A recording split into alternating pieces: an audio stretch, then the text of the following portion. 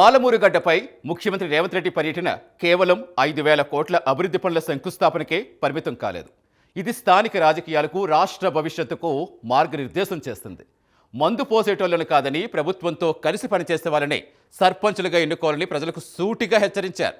10 ఏళ్ల పాలనలో సాగునీటి ప్రాజెక్టు నిర్లక్ష్యం దుయ్యబట్టారు. ప్రీ జర్నీ అడ్డుకునేందుకు కుట్రలు చేస్తారంటూ కేటీఆర్పై తీవ్రంగా విమర్శలు చేస్తూ సలాక కాల్చి వాత పెడతామని గట్టిగా చెప్పటం, పాలమూరును పసిడి పంటలతో విద్యారంగంలో దేశంలోనే ముందుంచే దార్శనికత ప్రకటించిన ఆ విశేషాలేంటో ఇప్పుడు చూద్దాం.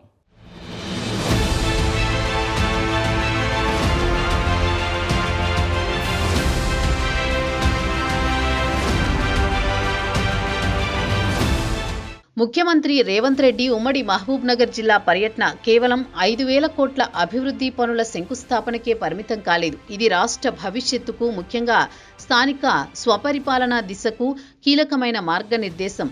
మక్తల్లో జరిగిన బహిరంగ సభా వేదికగా రాబోయే పంచాయతీ ఎన్నికల్లో ప్రజలు ఎంత అప్రమత్తంగా ఉండాలో ఆయన సూటిగా హెచ్చరించారు. మందు పోసేటోళ్లను కాదని ప్రభుత్వంతో కలిసి పనిచేసే వాళ్లనే సర్పంచులుగా ఎన్నుకోవాలి అనే సందేశాన్ని ఆయన గట్టిగా వినిపించారు.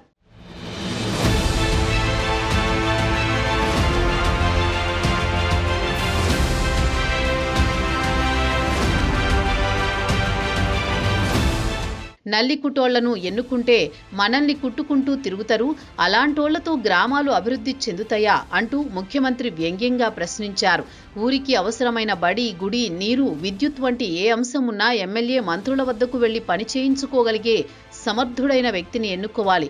హాఫ్ పోసిండనో ఫుల్ పోసిండనో వేసే ఒక్క ఓటు గ్రామ అభివృద్ధిని ముంచి తాడు బొంగరం లేనివాడిని గెలిపిస్తే ఉన్న ఊరు ఆగమవుతుందని ముఖ్యమంత్రి ఇచ్చిన పదునైన హెచ్చరిక ఎన్నికల్లో డబ్బు, మద్యం పాత్రపై ప్రజలు ఆలోచించాల్సిన అవసరాన్ని నొక్కి చెప్పింది.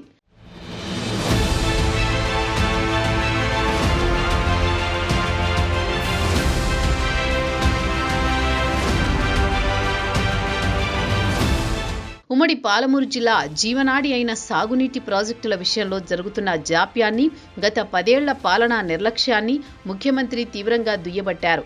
కేసీఆర్ 10 ఏళ్ల పాలనలో నెట్టెంపాడు, కొయిలాసాగర్, కల్వకుర్తి, భీమా వంటి కీలక ప్రాజెక్టులను పూర్తి చేయకుండా ఇక్కడి ప్రజల నోట్లో మట్టి కొట్టారని ప్రజల ముందుకు తీసుకురావడం గమనార్హం.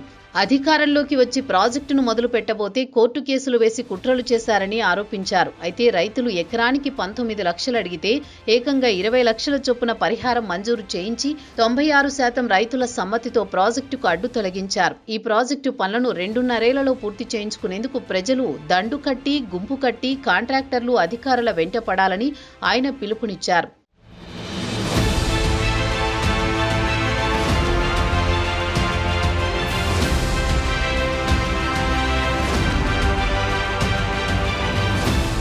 ప్రభుత్వం అమలు చేస్తున్న అత్యంత ప్రతిష్టాత్మక పథకమైన ఆర్టీసీ బస్సుల్లో మహిళలకు ఉచిత ప్రయాణంపై ముఖ్యమంత్రి చేసిన వ్యాఖ్యలు రాజకీయ దుమారాన్ని రేపాయి.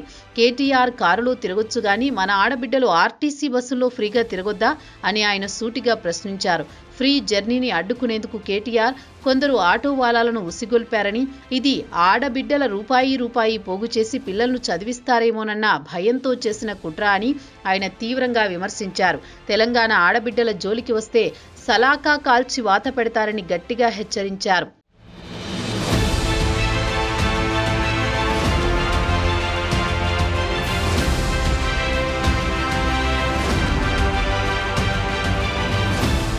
పాలమూరు గడ్డ ప్రేమిస్తే ప్రాణమిస్తుంది, మోసగిస్తే పాతాళానికి తొక్కుతుంది అనే ముఖ్యమంత్రి వ్యాఖ్యలు ఈ ప్రాంతం యొక్క రాజకీయ ఆత్మగౌరవాన్ని బలంగా ప్రతిబింబిస్తాయి.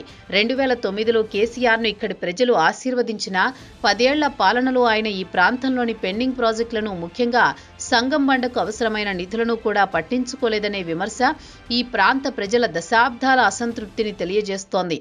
ఈ వ్యాఖ్యలు కేవలం విమర్శగా కాక ఈ ప్రాంతం పట్ల తనకు ఉన్న నిబద్ధతను చాటుకోవడానికి, గత వైఫల్యాలను ఎత్తిచూపుతూ మద్దతును కూడగట్టుకోవడానికి ముఖ్యమంత్రి ఉపయోగించిన ఒక బలమైన భావోద్వేగ ఆయుధంగా విశ్లేషించవచ్చు.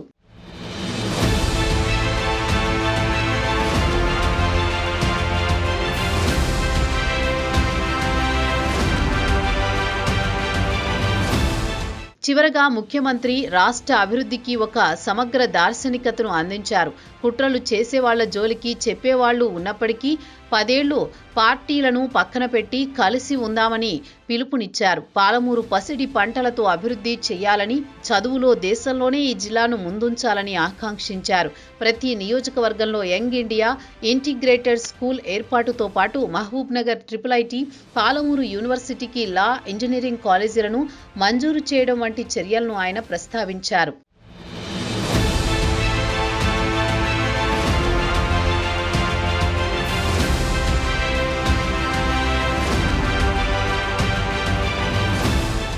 పాలమూరు గడ్డ ప్రేమిస్తే ప్రాణమిస్తుంది, మోసగిస్తే పాతాళానికి తొక్కేస్తుంది. ఈ ఒక్క వాక్యం ముఖ్యమంత్రి ప్రసంగానికి కేంద్ర బిందువు. ఇది కేవలం గత ప్రభుత్వాన్ని విమర్శించడం మాత్రమే కాదు, అభివృద్ధి, విద్యారంగాల్లో పాలమూరును దేశంలో ముందుంచాలనే దార్శనికతను ముఖ్యమంత్రి రేవంత్ ప్రకటించిన తీరు, చదువుల జిల్లాగా మారుస్తామనే హామీ, రాబోయే 10 ఏళ్లు పార్టీలకు అతీతంగా కలిసి పనిచేయాలనే పిలుపు, ఇది కేవలం పర్యటన కాదు, కాంగ్రెస్ పాలనలో ఉమ్మడి మహబూబ్ నగర్ జిల్లా భవిష్యత్ ఏ దిశగా సాగుతుందో చెప్పే బలమైన సంకేతం. మరి ఈ పదునైన వ్యాఖ్యలు, అభివృద్ధి వాగ్దానాలు స్థానిక ప్రజల నిర్ణయాన్ని ఏ విధంగా ప్రభావితం చేస్తాయో చూడాలి.